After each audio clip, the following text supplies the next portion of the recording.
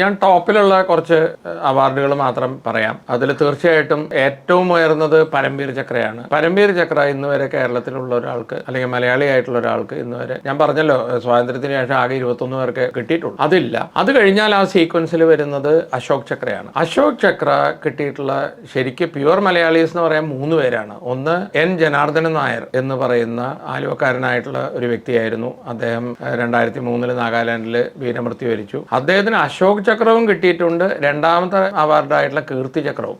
ഇത് രണ്ടും കിട്ടിയിട്ടുള്ള ഏറ്റവും ഹയസ്റ്റ് ഡെക്കറേറ്റഡ് ഇന്ന് വരെ ഇന്ത്യ ചരിത്രത്തിലുള്ളത് നമ്മുടെ മലയാളിയായിട്ടുള്ള ജനാർദ്ദനൻ നായർ ആയിരുന്നു എന്നുള്ളതിൽ നമുക്ക് അഭിമാനിക്കാം. 2 തിരുവല്ലക്കാരനായിട്ടുള്ള കേണൽ ജോജൻ തോമസ്. അദ്ദേഹം 2008 കുപ്വാരയിൽ ഒരു രാഷ്ട്രീയ റൈഫിൾ ബറ്റാലിയന്റെ കമാൻഡിംഗ് ഓഫീസർ ആയിരുന്നപ്പോൾ തീവ്രവാദികളുമായിട്ടുള്ള ഒരു ഏറ്റുമുട്ടലിൽ 3-4 തീവ്രവാദികൾ അദ്ദേഹം കൊല്ലുകയും ചെയ്തു. അദ്ദേഹത്തിന് വെടിയേൽക്കുകയും അദ്ദേഹം മരണപ്പെടുകയും ചെയ്തു. അദ്ദേഹത്തിനും 2008 മരിച്ചത്. ആ 2009 റിപ്പബ്ലിക് ഡേക്ക് അദ്ദേഹത്തിന് അശോക് ചക്ര കൊടുത്തു. 3 ഹർഷൻ നായർ എന്നുള്ള ഒരു പയ്യൻ, തിരുവനന്തപുരം, അദ്ദേഹത്തിന് കിട്ടി അശോക് ചക്ര 3. പിന്നെ 2 പേര്, വളരെ പ്രശസ്തമായിട്ടുള്ള 2 പേര്, അവര് ബൈ റൂട്ട് കേരളക്കാരാണെങ്കിലും ബാംഗ്ലൂരൊക്കെ സെറ്റിൽ ആയിരുന്ന, ബാംഗ്ലൂരും ചെന്നൈയും. ഒന്ന് നമ്മുടെ 2008 ബോംബെ അറ്റാക്കിന് ശേഷം NSG കമാൻഡോ ആയിരുന്ന സന്ദീപ് ഉണ്ണികൃഷ്ണൻ. പുള്ളി ബാംഗ്ലൂരുകാരനായിട്ടാണ് അവാർഡൊക്കെ കൊടുത്ത. അവരിപ്പോഴും സെറ്റിൽഡ് ആണ്. പക്ഷെ അദ്ദേഹത്തിന്റെ അച്ഛൻ ഉണ്ണികൃഷ്ണൻ കേരളക്കാരനാണ്, ISR ഉദ്യോഗസ്ഥനായിരുന്നു. അദ്ദേഹത്തിന് അശോക് ചക്ര അന്ന് കൊടുത്തായിരുന്നു. 5 ഈ മുകുന്ദ് ഭരതരാജ്. അദ്ദേഹത്തിന് അമരൻ എന്നുള്ള സിനിമ വളരെ ഫേമസ് ആയിട്ട് ഇപ്പോൾ വന്നായിരുന്നു. അദ്ദേഹം തമിഴനാണ്, പക്ഷേ കേരള റൂട്ട്സ് ഉണ്ട്, കോഴിക്കോട് ജനിച്ചതാണ് അദ്ദേഹം. അദ്ദേഹത്തിന്റെ വൈഫും കേരളക്കാരിയായിരുന്നു. അത് സിനിമയിൽ